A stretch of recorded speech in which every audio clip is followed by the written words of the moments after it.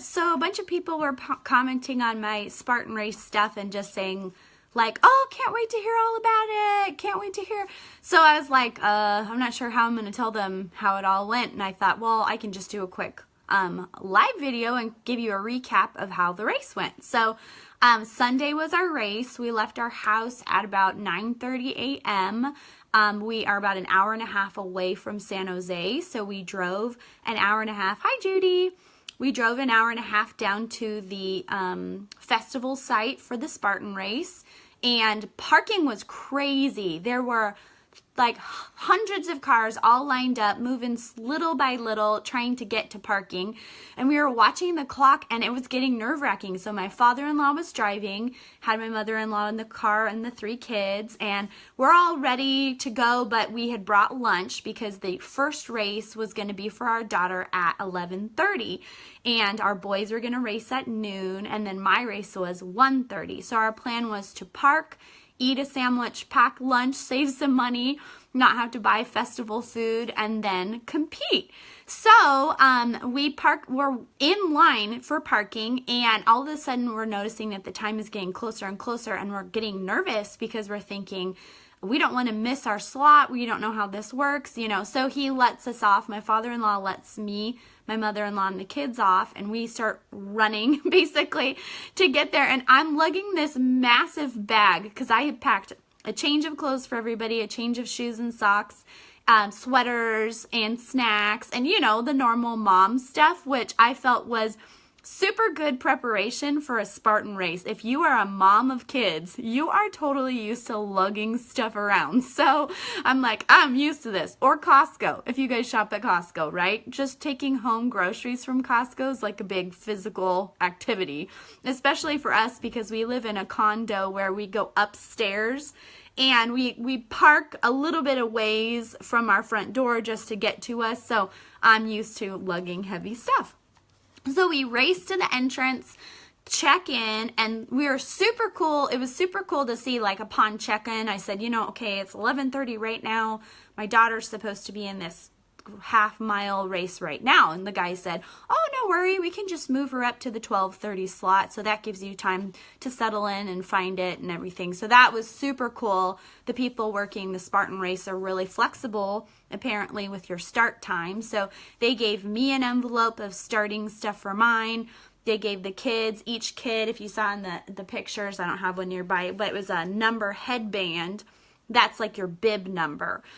So that way, even through the entire event, they're going to be taking pictures, and your bib number is tied to your email address, and you will get tagged, and your photos are going to get emailed to you so that you can see yourself on the course, which so super incredibly cool that they have that component also.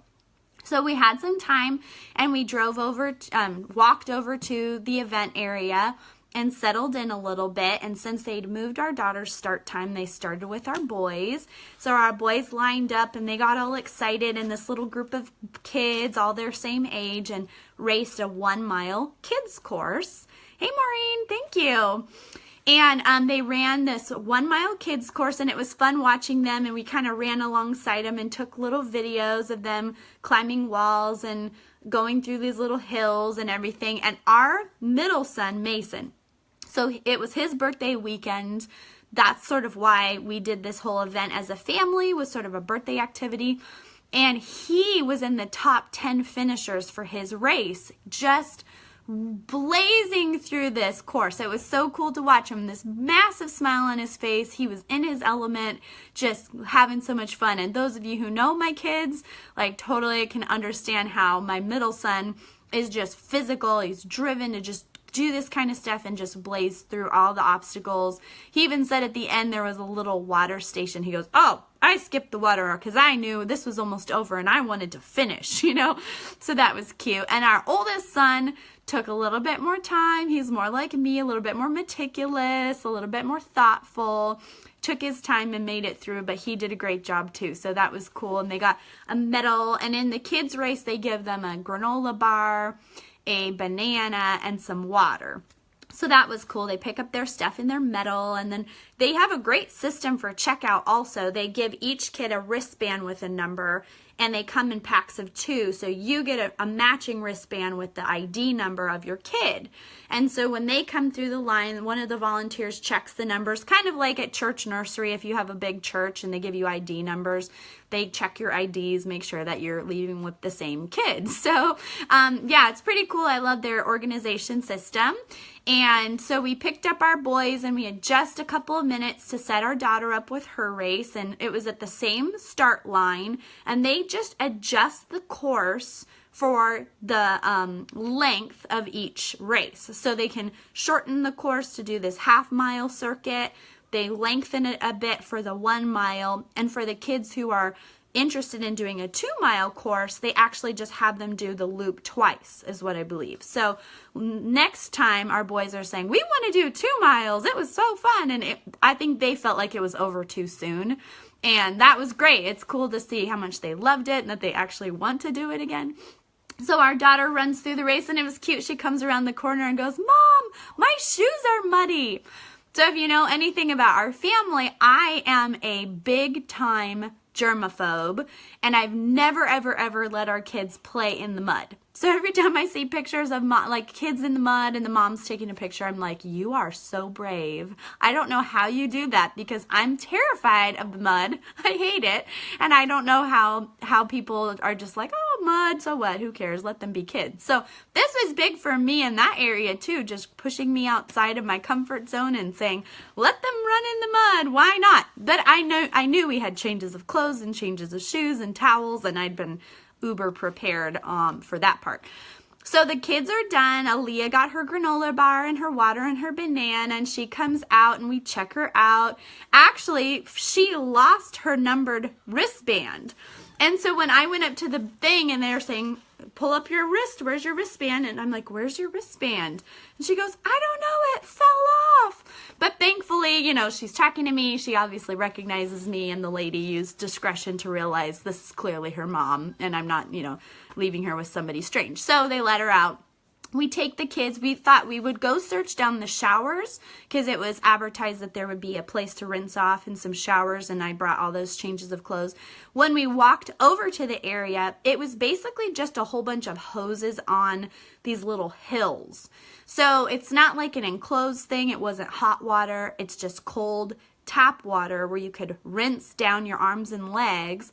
And then they had like kind of a tent set up, male and female tents as locker rooms, kind of a thing. So we were looking at that and realizing our kids, it's a little cool. It was like 58, 59 degrees, partly cloudy, and I was worried that they would really be shivering pretty hard if we hosed them down with cold water. So we just decided to just wipe them down as best we could with a towel and then put clothes on them, because we figured, you know, they're going to get dirty just hanging around in the dirt anyway. So I wasn't going to get too stressed out about them still being coated in dirt. You know, I'm not that crazy. So, all right. But then we're looking at the clock and counting down to, oh my goodness, like I have to start my race in a couple of minutes. So I walk over to the start gate for the adults, and the adults had a different start gate, and they were basically releasing groups every 15 minutes. So you'd see a big pile of people accumulate, they do a little bit of warm-ups together, and then they go, and then so on and so forth. So my start time was 1:30, and I walk over there, and I know I'm about 15 minutes late, but I wanted to give myself a little bit of cushion of time. So I stand by the starting gate, and I immediately, like I told you guys, I was really looking for people that I could race this with, because this is my first time, and I was kind of nervous about being alone. And I immediately find this woman, and she looks a little nervous like I do. And I was like, oh my goodness, are you scared? You know, I'm shaking a little bit. And she goes, yeah, me too. This is my first time. I'm like, yeah, my first time too. And I'm all alone. My husband couldn't do it. And she goes, oh, just come with our group. Well, you can race with us. And it was like, yay, I don't have to be alone. I'm so glad. So it was a little workplace. There was about 7 of them from their workplace, and their boss was into this kind of thing and just said, let's sign up and do this as a workplace. So they were super gracious to allow me to go with them and be with their group and help me along. And the funny part was, apparently in my packet, I've had a headband with my number, a wristband with a tracker to track your start and end time so that they know how long it took you on the race course. And then there was supposedly, which I missed, another wristband showing your start time. And I had missed that one in the bag. So I come up to the gate and the lady's looking for my number and I go, oh no, I left it in the bag. I can go back and get it. And then the girl in this workplace just puts her arm around me and she just goes, she's with us. And I was like, oh, that was sweet. So they let me race 15 minutes early because technically my start time was at 1:30, but I ended up in the 1:15 group, which I thought, I was going, you know what? My in-laws and kids will be waiting for me. It doesn't hurt to start a little bit early, get this over with so they don't have to wait around quite as long. All right, so the very first thing that happens at the start gate with a Spartan race is there is about I would say a 3-foot gate, kind of a wooden barrier that you have to climb in order to get to the starting line. So that's kind of like my kids and I, we knew that was coming. We'd watched a bunch of videos to prepare for this, and I was like, oh, look at this, guys. We have to climb a gate just to get to the starting line. That's to weed out the super unhealthy people who can't even climb the gate, right? And it was just kind of this joke like, uh-oh, Mom, you better be able to climb that gate, otherwise you can't do the Spartan race. So we get over the gate, and I'm still really shaky and nervous, and they tell us we can start, and we start running, and I'm still really nervous and scared, but by the second or third obstacle, I could feel my breath just getting under control, my hands stopped shaking, and I was like, I'm enjoying this. It's a beautiful, gorgeous, sunny day. You're up on the hills in California. The view was amazing the higher you got up on the hills, and I just really enjoyed myself. And the other thing was knowing that I was with a group, so this workplace group, the main girl I was talking to admitted to me that no one in their group had been training for this. None of them. And that made me feel a little bit better because I was like, okay, I don't know what kind of people do this. I hear that there are people of all health types and training levels, but I was like, wouldn't it be like the worst if I tried to pair up with like CrossFit women or something, you know, and they're like super healthy and buff, and I'm like, wait for me, guys, you know. So this made me feel a little bit better. Like, it was like, okay, I haven't trained a ton, but at least I've trained some. So at least I'll maybe be in the middle or above their pack as far as skill level is, so I don't have to really stress out about this. So it turns out that they had someone in their group who was really struggling. So we took our pace really slow. We would go up a hill and kind of get to the top of it and wait for that last person to catch up.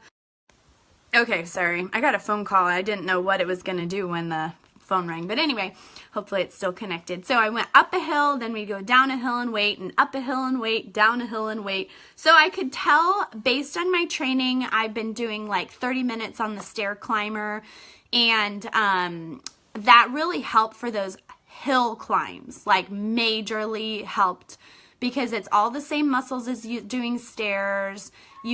You've got a pretty intense pace. Your heart's really pumping. Your legs are really going as you're going up the hill. So I'm super glad I was doing stair climber training for that. So the very first obstacle was over walls.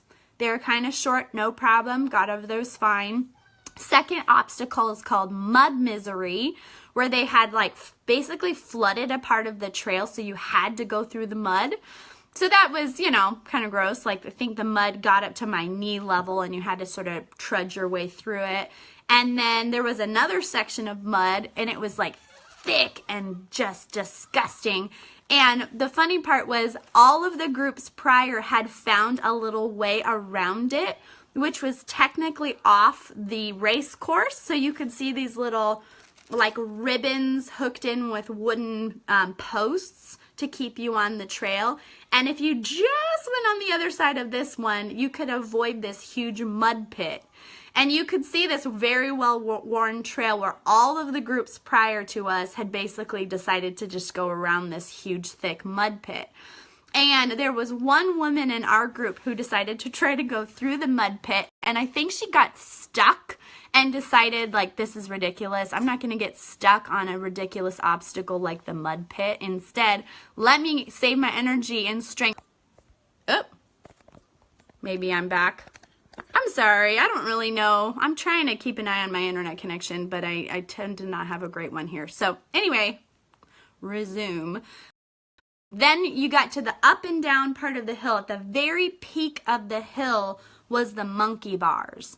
And the monkey bars are brutal. I think I told you guys in my training, it is an uneven monkey bar. And the poles are fairly thick, which is good, I guess. They say that's better grip. And all of the Spartan Race trainers talk about grip strength. Like, you have to do grip strength training because you need your grip strength for a majority of, in fact, all of the elements of a Spartan race, because they are like ropes and poles and things you have to grip. So your grip strength is really key. I don't have good grip strength. I'm still working on that. I have very bad upper body strength, so that I knew was going to be a hurdle. But I am super thankful that the penalty for getting through the monkey bars was not burpees. So that was awesome. Instead, there was a penalty trail to the side where you had to go under barbed wire. And it's kind of like a crisscross pattern. So you could like duck under a section and then get a little higher and then duck under a section and get under another wire. So that was the penalty for monkey bars. Then we got up and down a few more hills. The down part was pretty intense, very steep sections of hill, a lot of work on your shins. And then we went over hurdles. And hurdles, if you can imagine, just like in a track and field where you have to jump over them, they're higher than what you could do jumping, but they are kind of pointy. So they're a square set in like more of a diamond pattern. So you can see my sprained finger. So when you go over the hurdle as you're trying to like ease your way over, it's pointy.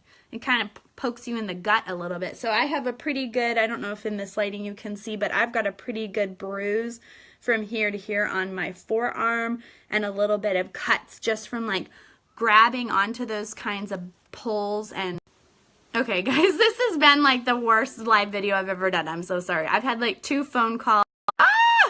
Okay, I don't know what's happening. I'm so sorry. Okay, and then I did the sandbag carry. So they have 2 bins that you can pick your sandbag from. Red were for women, black were for guys, and they're a little bit different weights for men and women, which was really nice. And that was true the whole time there was anything heavy to lift or carry or drag. There was a women's section and a men's section, so super thankful for that. Grab the sandbags. Most people had an idea of putting like one on one shoulder, one on another. And I did like a front and back. So I had half of the sandbag in front of me and half behind me. And it was great. It was perfect. And you go up a very steep part of the hill and down. And I was really proud of myself because I got all the way around that without stopping. And I saw other people like stopping and taking breaks, but there were actually a few people that I was like going around because this wasn't a hard, you're using, you're just carrying it with your body. You're not carrying it with your arms. And like I said, if you're a mom with kids and you're used to carrying all of their stuff all of the time, everywhere you go, it's like training. Like you're like, psh, I'm used to carrying heavy stuff. I shop at Costco. So that was easy. Then we went to another section of barbed wire where we had to crawl under that. No big deal. Then it was a bucket carry. And in other Spartan races, I've seen on videos where they've had to like gather up the rocks and fill a bucket, carry the bucket, and then dump the bucket out. And this one, they were all pre-weighted with the right amount of rocks, and they had a lid on them, which I thought was really handy because you could hold it top-wise or you could even shift it on its side and you wouldn't lose any of the rocks. So that was easy. This was like a flat circuit that you went on with the bucket carry. Is a little bit more painful because the edges of the bucket are just that plastic, and if it's heavy, it makes it real intense for your hands mostly, although I could start feeling it in my arms right near the end. But again, I was really proud of myself because I made it all the way around without any stopping or breaks or setting down my bucket, and I got all the way to the end, actually ahead of my group. So I kind of stood off to the side and just stretched my arms a little bit while I waited for them to catch up. Then we got to a 6-foot wall, And all of their walls are set up as like a wooden wall with support beams and a little boost ledge. And the boost ledge is only for women, and the guys don't get a boost. And thankfully, I was able to get up onto that wall without any help from the team. A couple of the other people in our team needed like an extra boost or something, but I was like, I think I could do this. So that was great, went easy. Then we got to the tire flip area, and there were like huge tires for guys and like a sort of smaller tire for women. And I was actually kind of surprised that tire was very heavy. So I tried to lift it, and I was like, oh my gosh, this is heavier than I thought. Had to give it another try, boosted it up onto my knee. You flip it over, then you have to get back on the other side and flip it back. So that was a little harder on the arms than I expected. Then it went to plate drag. So it's like this little sled attached to a rope, and it's far away from you, and you grip the rope and drag it over to you, so it's real hard on your arms. Once you get it to one side, you get onto the other side, and there's a handle, and you have to drag it back. So then you're using another set of muscles to put it back in place, but it sets it up for the next person. So that was a little, pulling it was harder for me than dragging it. So like, I know that my arms are a little more weak, so that makes sense. Got through that and went to the Atlas carry, which is basically this giant boulder, just a perfect concrete boulder that they made deep in a trench, and you have to lift it out, carry it to the other side, place it, do 5 burpees, pick the boulder up, bring it to the other side, and drop it, and then move on. And I actually really liked that one. It was just, it wasn't that hard. I picked it up and I felt like I can do this. And yet again, they also had like men and women weights. And I wish that they told us like how much weight we were carrying around, but it wasn't on any of the bags or anything. All I know is at no point did I feel like I was going to hurt myself or injure myself by trying to lift something that was too heavy. So that was good. Then we went to the spear throw. So they have this like barricade set up and a spear on a wire. So you pull the spear over to yourself. You have to get it into a haystack on the other side. If it sticks, then you completed the obstacle successfully. If you miss, then you have to do 30 burpees. So the day before, we went outside. Obviously, we don't have a spear, so we took a mop handle that's pretty heavy, and I practiced throwing it at a tree because I was like, how else am I going to practice this? I got to at least know what I'm doing. So took my mop handle outside as traffic is driving by, like looking at me, what is this crazy lady doing? And practiced my throw. And the sad part was on the day, I was straight on to the target, but I was short. So that was a bummer. And my, miss. I had to go to the side and do 30 burpees, and that was pretty intense. Like, I feel like, oh yeah, 30 burpees. But once you get to about 20, you're like, am I done yet? This is a lot of burpees. Thankfully, the kind of burpees that they do, there's several varieties you could do. Some are just your holding plank, like drop your legs out, stand up, jump. These burpees, they want you to go all the way down, chest on the ground. It doesn't have to be like a full push-up motion, so you can do a swift drop to your chest at the same time that your legs are going out, so kind of more one swift movement. Wasn't horrible, but definitely wasn't great because I was getting pretty tired even after 30 burpees. Then we came to this thing called Olympus, which is basically this incline rig where at the top of the rig, there are holes cut out, there are chains, and there are like these rock wall grips all along the top. And the point of it is to hold the grips, brace your feet, and try to get from one side to the other without touching the ground. So it's very core, because you're kind of engaging your core to keep your legs up and your arms to hold your body weight. And I watched tutorial videos on how to do this, and so I got to it and I was like, oh my goodness, this looked way easier online than it does in person. Like, the incline was much steeper than it looked from pictures and videos. And I was going, ooh, I'm not sure that I can do this. So I think I grabbed the first 2 and I was reaching for the third, and then I just slipped off. And I was like, oh man, 30 burpees. So I went over to the side and did my 30 burpees. And I think that in the middle of my 60, at that point I had done, I think that's when I sprained my pinky. And I've sprained this pinky before, so I think it's just prone to injury. And I didn't notice that it was hurt until right after that event was over and I was jogging to the next one, that all of a sudden I was like, oh my goodness, I think I did something to my finger. It's starting to hurt. Well, it started to immediately swell, and now it's still pretty swollen, but it's a little purple as well. So that made competing pretty challenging for the end. Then I came up to the Herc hoist, which is probably the worst thing that you could come up to after just immediately hurting your finger. There are sandbags, so it's like a square, and on the left and right sides were black sandbags for men, and on the top and bottom sides are red sandbags for women, and they are on a pulley.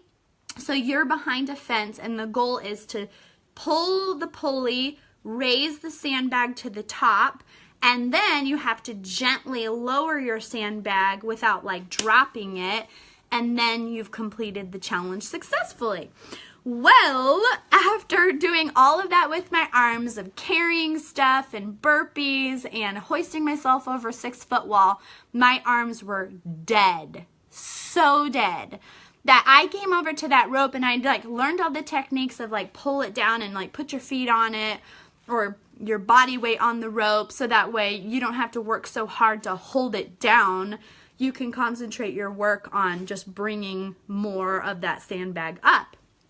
I put my weight on top of this and it lifted me 6 inches above the ground. So I'm like, how heavy is this sandbag that I'm literally floating above the ground and I'm stuck here? What am I going to do? So I'm like, help! I need help.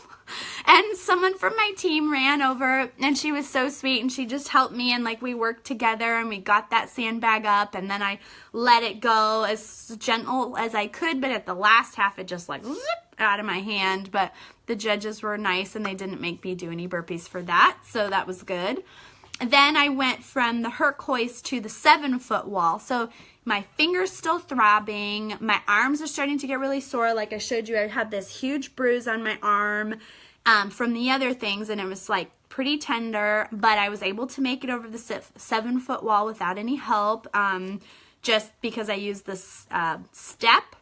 And we were all the way on the side where the women's little assist step was, which was maybe a foot off the ground, so then it made it more like a 6-foot jump rather than a 7-foot. There was also the support brace, which he let us use. So I was like, foot on the help, foot on the support brace, and over. And then I was fine, and I made it. Went from there to the rope climb. So just like gym class, this is a rope climb where you have to go up to the top, ring a bell, and slide down. And I'm going, like, my fingers throbbing. There's literally no way that I can get up this. Not even could I don't think I could have gotten up this without an injury, because my upper body strength is just not where it needs to be. So, but I decided, like, I'm going to attempt every single obstacle, even if I don't think I can do it, because I might surprise myself, you know, like, why give up before you try? So I got up to the rope and I just go to like grab it and I'm like, ow, okay, nope, I can't do this. And I left and I did the 30 burpees. So that was like my 90 total burpees. That was the end of my oh, no, it wasn't. I'm forgetting some. So I must have counted wrong, because I did have to do more burpees. Oh, anyway. So anyway, I failed the rope climb, did 30 burpees.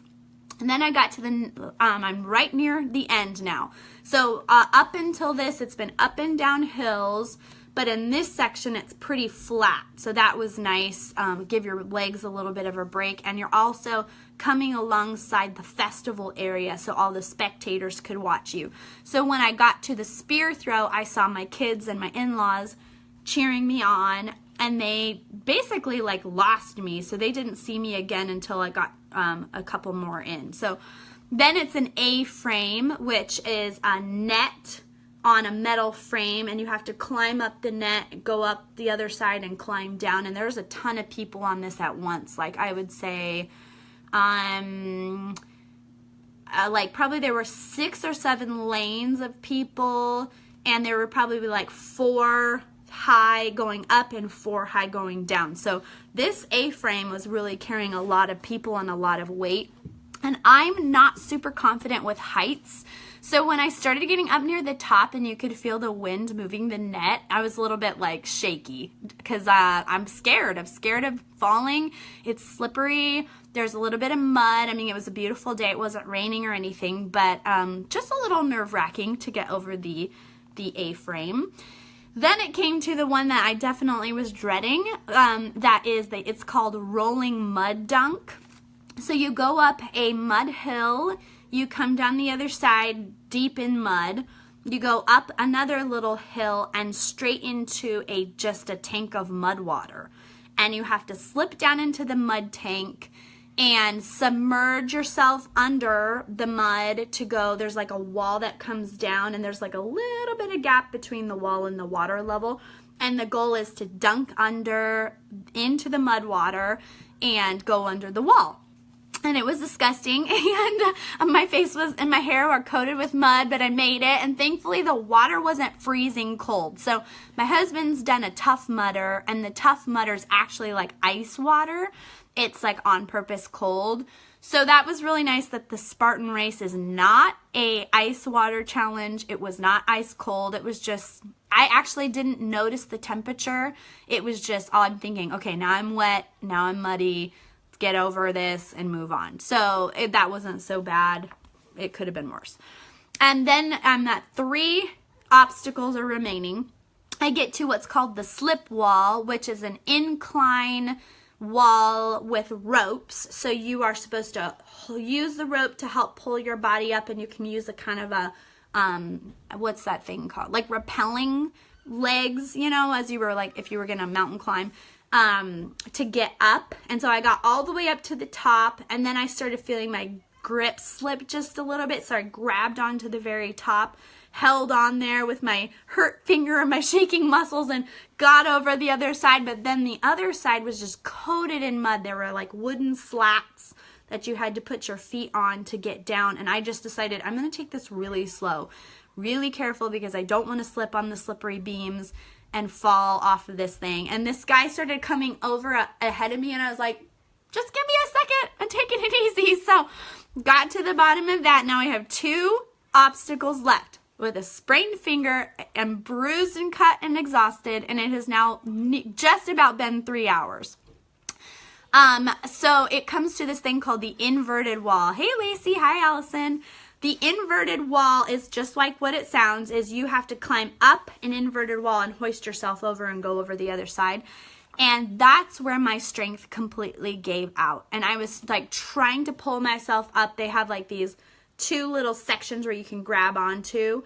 I couldn't do it. I could not do it. My arms were dead and my fingers throbbing, and I'm going like, this is it. I'm defeated, you know. My father-in-law's off to the side. He's filming, so when he emails me the videos, it'll be funny to watch me just standing there like, I can't do this. And he yells at this woman walking by. He's like, hey, could you help my daughter-in-law and push her over this part? So I'm like standing there, and this woman comes behind me, and she goes, your father-in-law just sent me over to hoist you over the wall.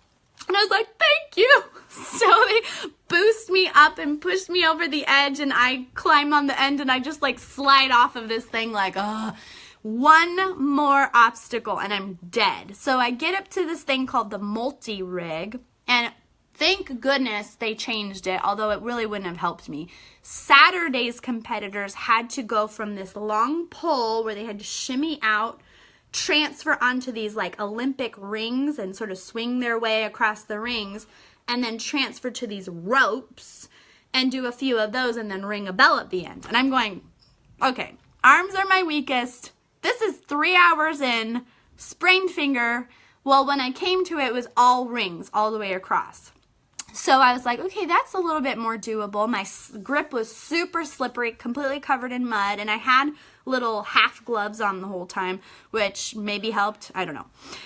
So I pull off my gloves and just shove them in my shirt because they were so wet, it wasn't helping me. And I rubbed my hands in the dirt to try to dry them off a little bit so that I'd at least have some kind of a chance to get to the rings.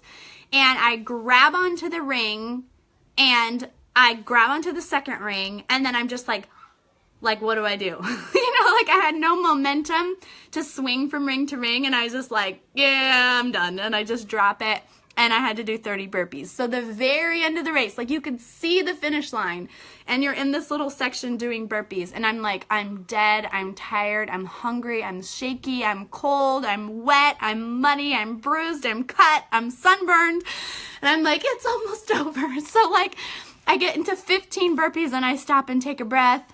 I get 20 burpees, and I stop. 25, and then I yell over to my family, I'm like, 5 more, and they counted me in, and it was so cool. They're like, 5, 4, and I'm like going, this is it, just 3 more, and you can stop, just 2 more, and then 1 more, and I did it, and I crossed the finish line, and they gave me my medal. So here's my medal. Yay! So you get like a 2-piece. So this is like the main for the sprint, and then behind it is like a half, a third, because you can earn the 3 pieces to make a trifecta medal, which I don't know if that's ever going to happen, because that is crazy. Like the sprint it was 5 miles, and the next one is like 10 miles, and the next one's like 20. I don't know. I just don't really see myself doing a 20, but who knows? So I got it. They gave me a granola bar and 2 like electrolyte drinks and a banana and water or something, and I was just like wolfing it down because I had missed lunch. Because of the craziness of getting into our spots, we left our lunches in the car, and I just ate like 2 kid granola bars, and my mother-in-law brought a protein pack, which was cheese, meat, and almonds, and that's all I ate before the race because I was like, I don't want to eat too much and get sick.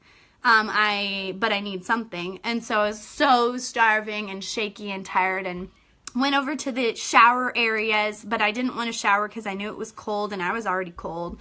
So I just went into the changing tent and just wiped off as much dirt as I could and changed my clothes. And then we headed to the car, sat in the parking lot, and ate our lunch at 5 o'clock. And then we drove home, and I was like, dead, and I'm going, I don't even know how I'm gonna feel for the next few days because I just am like totally wiped out. So here I am, it's Tuesday. Yesterday was pretty painful. My muscles really hurt. My bruises and cuts are pretty bad. My sunburn's pretty bad. You can see it I have a real dark sunburn line along my hairline, so that's why I've been wearing a hat, because it's kind of embarrassing. And so, yeah, I did it, but I am very sore. And what I don't know is what hurts more, the bruises or the muscles. It's like 50-50, because I am covered in bruises, especially this one. This is my biggest bruise. That's from like hoisting over these 6-foot, 7-foot walls. Really painful. So I am going to do it again, though, because my husband missed out on this one. So we're going to sign up for the one at the AT&T Stadium in San Francisco. So it's a stadium run. There won't be any mud because they are not allowed within the stadium premise, which is nice. It won't be hills. Instead, it will be stairs, which I think will have its own level of difficulty, which is fine. And we're going to be doing that in December. And then the kids are like, yeah, like I said, the boys want to do a 2-mile. They loved it so much. Our daughter had a great time. They all loved it. And that's our plan. So now my goal is, here we are in March, the end of March till December. I really, really need to work on my arm strength. So I want to be able to complete the race faster than 3 hours in December, and be able to do more of the upper body elements. So the things that I failed were monkey bars, the Herc hoist, which I was surprised by. I thought I was going to be able to do that. The rope climb, the inverted wall at the end, just because my arms gave out. So that wasn't so bad, but all of those are pretty upper body strength. So need to work on my arms, and hopefully my goal will be for December to try to get through it in 2 hours instead of 3. I think that's really doable because, like I said, I paired up with a group that had some slow people, and we would stop and wait for them. And I personally didn't feel like I needed as many stops. I definitely needed some, but not as many. So that was encouraging. So that meant, you know, when I do this in December, I could probably do it in 2 hours, I hope. So, like, the ultimate elite women do it in like an hour. So I know, like, okay, just double their time, and that seems like a fair place to be. So that was it. So for those of you people who are really hungry for all the details, that was all the details. And thank you guys again so much for your vote of confidence in me and cheering me on. It really inspired me. And even though I'm pretty banged up and bruised and sore, I'm still glad that I did it. So that was it. And thank you again. Bye.